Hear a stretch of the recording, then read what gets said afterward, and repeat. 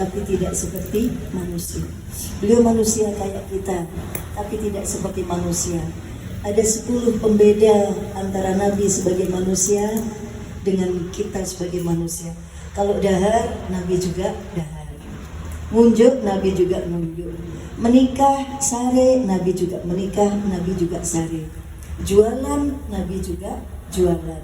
Berkeluarga, punya anak, Nabi juga punya anak. Tapi tidak semuanya sama. Ada 10. Antara lain yang pertama, kita bisa begitu bangganya kita menjadi bagian dari diri beliau. Yang pertama, beliau itu ini kekhususan dia, khusaisun Nabi yang lam yajid fi laisal anbiya, kekhususan Nabi yang tidak dimiliki oleh nabi-nabi dan manusia yang lain. Yang pertama, beliau laki-laki tapi tidak pernah ikhtilam, tidak pernah mimpi keluar mani. Saking bersihnya pikiran beliau, tidak pernah mimpi keluar mani. Jadi orang itu tanda baliknya anak-anak itu keluar mani. Seseorang kalau memendam sesuatu pikiran itu, pikiran yang kotor gitu, bisa keluar mani.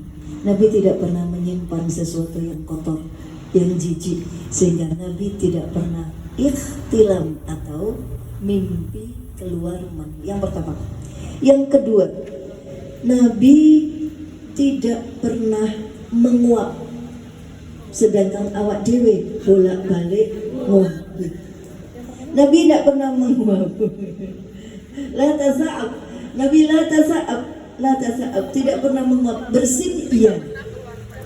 Nabi bersin, maka ada doa ketika kita bersin.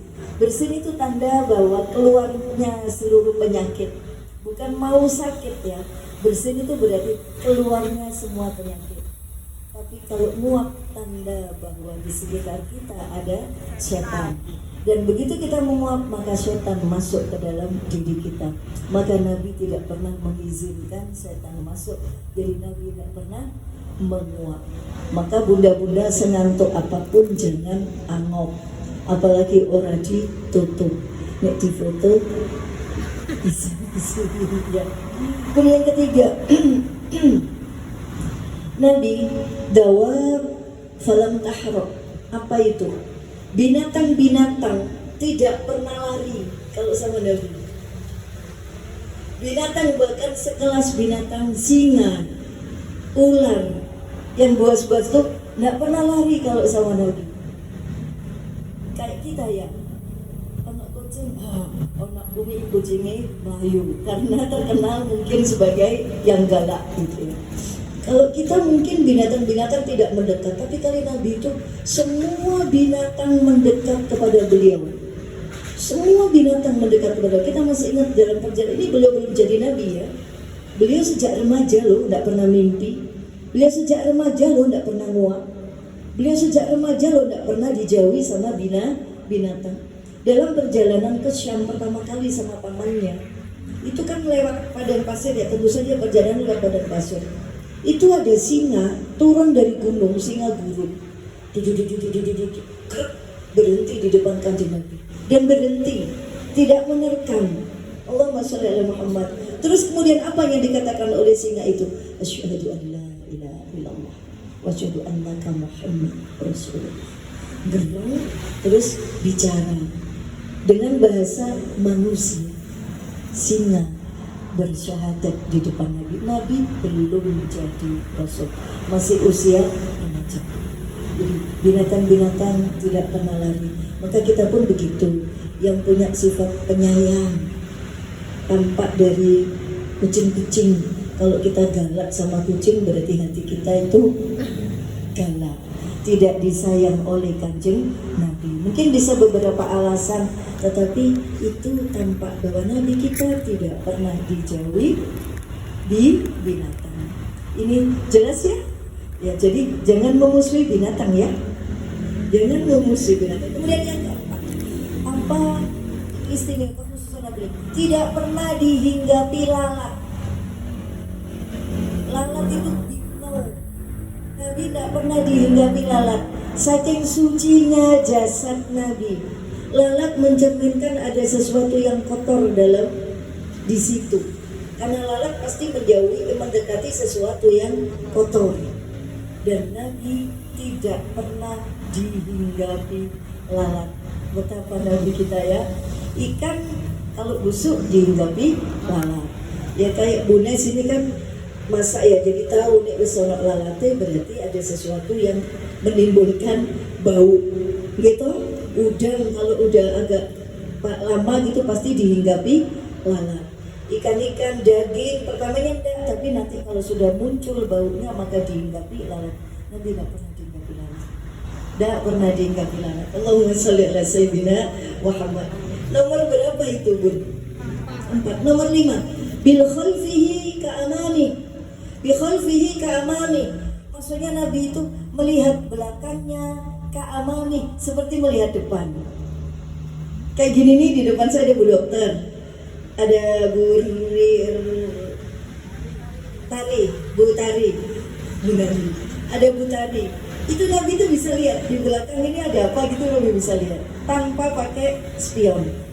Maka ketika sholat berjamaah, Nabi tahu siapa yang gak hadir, siapa yang softnya tidak rapi. Nabi tahu tanpa menoleh. Itu Nabi kita, Masya Allah, ada kayak gitu ya, Masya Allah. Kemudian nomor 6, apalagi kelebihan kanjeng Nabi. Kanjeng Nabi itu la yura aslul baul. La yura aslul baul apa? Tidak pernah tampak bekas kencing atau bekas BAB-nya. Tidak pernah tampak. Kenapa kok tidak pernah tampak? La yura, tidak pernah tampak. Kenapa la yura?